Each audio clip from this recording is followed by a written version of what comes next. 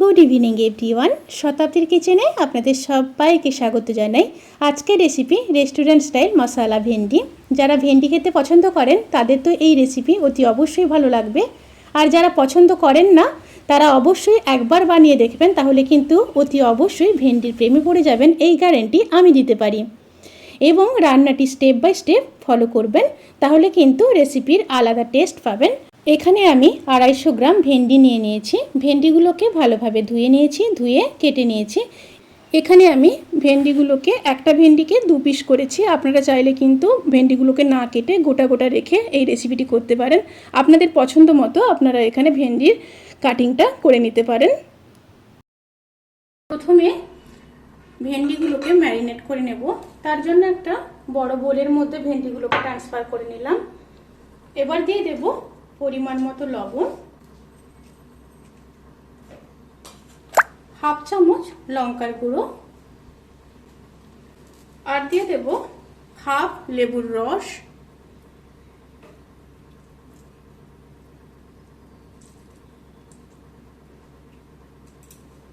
দিয়ে খুব ভালোভাবে ভেন্ডিগুলোকে ম্যারিনেট করে 10 থেকে 15 মিনিট ম্যারিনেশনে রেখে দিতে হবে।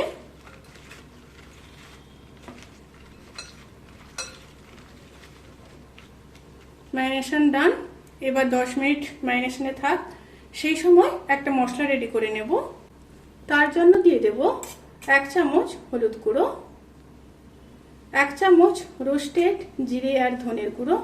এখানে আমি রোস্টেড জিরে ধনের গুঁড়ো ব্যবহার করেছি, আপনারা চাইলে কিন্তু এখানে নর্মাল জিরে আর ধনের গুঁড়ো হাফ চামচ করে ব্যবহার করতে পারেন। আর দিয়ে দিলাম লাল লঙ্কার গুঁড়ো হাফ চামচ, কাশ্মীরি লঙ্কার গুঁড়ো দিয়ে দিলাম হাফ চামচ, আর দিয়ে দেব 4 চামচ টক দই, আর অল্প জল দিয়ে দেব। জল দিয়ে সমস্ত উপকরণগুলোকে খুব ভালোভাবে মিশিয়ে নেব।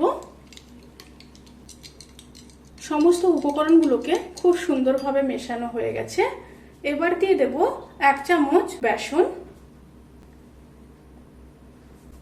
বেসন দিয়ে আবারও খুব ভালোভাবে মিশিয়ে নেব। এখানে বেসনটা মশলার ভালো বাইন্ডিংয়ের জন্য ব্যবহার করা হয়ে থাকে। খুব ভালোভাবে মেশানো হয়ে গেছে। এবার চলুন রেসিপিটি শুরু করা যাক। এবার কড়াইতে সরষের তেল দিয়ে দিলাম, দিয়ে ভেন্ডিগুলোকে খুব ভালোভাবে ভেজে নেব।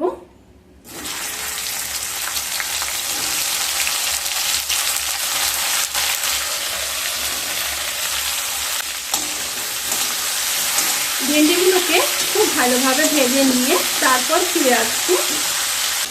ভেন্ডিগুলো খুব ভালোভাবে ভাজা হয়ে গেছে, এবার তুলে নেব।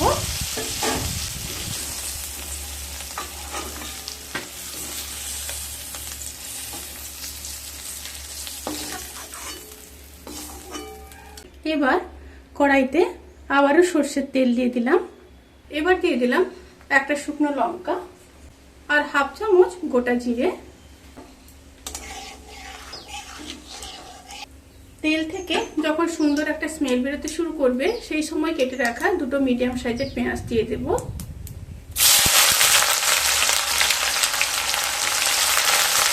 আর দিয়ে দেব পরিমাণ মতো লবণ। আগে ভেন্ডি মাখানোর সময় কিন্তু আমি লবণ ব্যবহার করেছি, সেই অনুযায়ী এখানে লবণ দিলাম। পেঁয়াজগুলোকে হালকা ব্রাউন কালার করে ভালোভাবে ভেজে দিতে হবে। পেঁয়াজটা যখন হালকা ব্রাউন কালার হয়ে যাবে, সেই সময় দিয়ে দেব 1 চামচ রসুন বাটা, আর দিয়ে দেব হাফ চামচ আদা বাটা। সমস্ত মশলাগুলোকে খুব ভালোভাবে কষিয়ে নেব। খুব ভালোভাবে কষানো হয়ে গেছে। এরপর তৈরি করে রাখা মশলাটাকে দিয়ে দেব।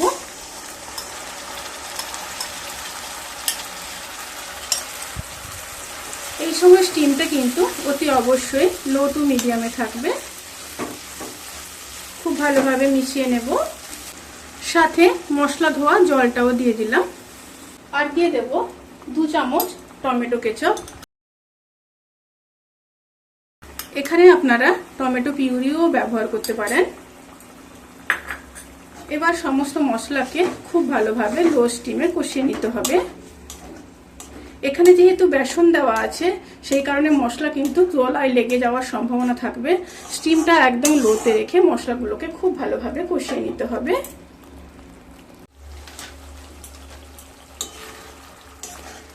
মশলা খুব ভালোভাবে কষানো হয়ে গেছে। এরপর কিছুটা কাসুরি মেথি দিয়ে দেব হাতে ক্রাশ করে, আর দিয়ে দেব 1 চামচ চিনি, অবশ্যই টেস্ট ব্যালেন্স করার জন্য। আবারও মিশিয়ে নেব। মিশিয়ে নিয়ে ভেজে রাখা ভেন্ডিগুলোকে দিয়ে দেব। ভেন্ডি দিয়ে মশলার সাথে ভেন্ডিগুলোকে খুব ভালোভাবে মিশিয়ে নিতে হবে। এবার ভেন্ডিটাকে 1 থেকে 1.5 মিনিট খুব ভালোভাবে কষিয়ে নিতে হবে। এবার দিয়ে দেব কিছুটা জল। এই রান্নাটায় হালকা গ্রেভি থাকবে। খুব সামান্য জল দিয়েছি, প্রায় 50 ml মতো দিয়ে ঢাকা দিয়ে আবারও 1 থেকে 1.5 মিনিট লো স্টিমে রান্না করে নেব। রান্নাটা প্রায় হয়ে এসছে। নামানোর আগে 1/2 চামচ গরম মশলার গুঁড়ো দিয়ে দেব। এবার মিশিয়ে নেব। মশলা ভেন্ডি কিন্তু সার্ভ করার জন্য একদম রেডি। এরপর গ্যাসের ফ্লেমটাকে অফ করে দিয়ে ঢাকা দিয়ে 10 মিনিট স্ট্যান্ডিং টাইমে রেখে তারপর সার্ভ করব। ভিডিওটি কেমন লাগলো প্লিজ কমেন্ট করে জানাতে কিন্তু ভুলবেন না। যদি ভালো লেগে থাকে তাহলে সাবস্ক্রাইব করে পাশে থাকা বেল আইকন ক্লিক করে নোটিফিকেশান অল করে রাখবেন। তাতে করে আমি যত রেসিপি দেব সমস্ত লিঙ্ক আপনাদের কাছে পৌঁছে যাবে। আপনারা সবাই ভালো থাকবেন, সুস্থ থাকবেন, সাবধানে থাকবেন। আজকের মতো এই পর্যন্ত। পরের ভিডিওর জন্য অপেক্ষা করুন। টাটা।